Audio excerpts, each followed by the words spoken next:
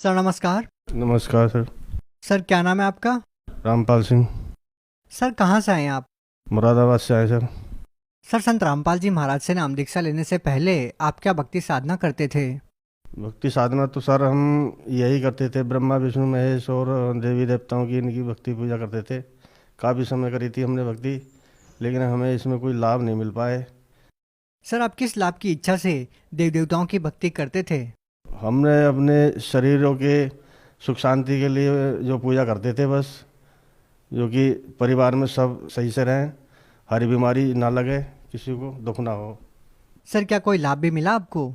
ना सर, हमें कोई लाभ नहीं मिल पाया, बस इतना ही चलता रहा हमारा उसमें कि भक्ति सेवा में, भक्ति लाइन में हम लगे रहे। सर आपको संत रामपाल जी महाराज जी के बारे में कैसे पता लगा? संत रामपाल जी महाराज जी के बारे में हमें जो पता लगा सर, कि एक तो पुस्तक सेवा वाले संत रामपाल जी के शिष्य जो आते हैं, वो पुस्तक सेवा करने आए थे। तो हमने, हमारे दरवाजे पे जब आए तो हमने वो पुस्तक भी नहीं ली, और ना लेते हुए भी हमने फिर भी यही सोचा, हम सत्संग को अच्छा नहीं समझते थे सर जी, क्योंकि हम बहुत ही घृणा करते थे, क्योंकि हम मांस मछली ये सब यूज करने के बाद में तो हमारी जो है बुद्धि भ्रष्ट होती थी बिल्कुल ही। अब सर उसमें हुआ ये कि हमारे घर के सामने ही एक संत रामपाल जी महाराज के अनुयायी काम कर रहे थे, पत्थर का, घिसाई का। तो वो हमारा हाल देखते थे, रोज़ काम करने आते थे, हमारा हाल देखते थे कि ये भगत जी ऐसे पड़े रहते हैं यार, ये तो बहुत सख्त बीमार हैं। हमें हार्ट की बीमारी बनी थी सर जी, और हार्ट हुआ था हमें, तो हम हार्ट की बीमारी में हमारे दर्द होता था दिल पे, तो हमसे ना उठा जाए, ना चला जाए, ना फिरा जाए, कुछ नहीं होता था हमसे। तो उस समय वो जब पत्थर का काम करते थे वो आए, तो उन्होंने हमसे कहा, बोले तुम एक काम करो, संत रामपाल जी से दीक्षा लेके देख लो और आप ठीक हो जाएंगे बिल्कुल। तो हमने उनसे कहा, मैंने कहा भाई भक्ति हमने बहुत कुछ कर ली है, लेकिन हमारा मन भर चुका है, हम कहाँ से ठीक नहीं होंगे, हम कहाँ कहाँ घूम लिए, हम तब ठीक नहीं हुए, तब कैसे ठीक होंगे। फिर 2-4 दिन बाद भी वो रोजाना हमसे, मतलब हमारे घर वालों से, औरों से, हमारी घरवाली से भी कहते थे। तो कहते कहते एक दिन हमारे फिर समझ में आया, मैंने कि चलो भाई, हमारे घर वाले भी हमसे कहने लगे, हम भी सोची, मैंने कि चलो मर तो रहे हैं, मैंने चल देख लेते हैं चल के। संत रामपाल जी महाराज जी का सेंटर था वहाँ पे, मुरादाबाद बटावली गांव पे। तो सर जी हम वहाँ पर चले गए, वहाँ जाके हमने दीक्षा ली। दीक्षा लेने के बाद में हमें जो है थोड़ा आराम मिला। आराम मिलते मिलते आज कुछ, कल कुछ और परसों कुछ, इस तरह से हमारी जो है बीमारी हल्की हुई, हमें शांति मिलती चली गई। और जो हमारे घर घर बार सब बिक गया था पहले, और घर और बिकने के बाद में हमारे पास कुछ नहीं बचा था, ज़मीन वमीन सब बीमारियों में बिक गई थी। फिर उसके बाद में परमात्मा की ऐसी दया हुई कि हम तो ठीक हुए। संत रामपाल जी महाराज की शरण में आने के बाद हम तो ठीक हुए ही। संत रामपाल जी महाराज ने हमारे लिए एक मकान, ज़मीन भी खरीदवाई शहर में ही, और हमारा उन्होंने एक मकान भी बनवा दिया उसमें।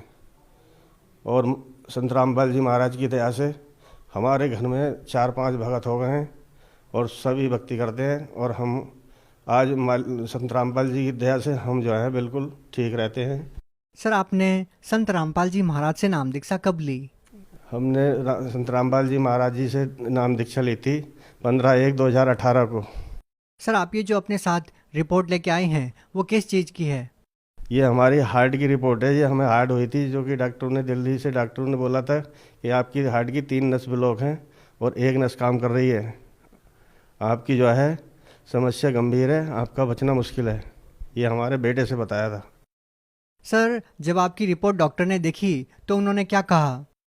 डॉक्टर ने हमसे ये कहा था, जी ये आपकी लाइफ टाइम दवाई है, आप जाएं और आराम करें, आप जो है चारपाई से नीचे ना उतरें, ना आपको खड़ा होना है ना घूमना है, आपको केवल खाट पे चारपाई पे बैठे रहना है, और आपको ये लाइफ टाइम दवाई है। सुबह से लगा के रात को 10 बजे तक 7 बार दवाई थी सर जी।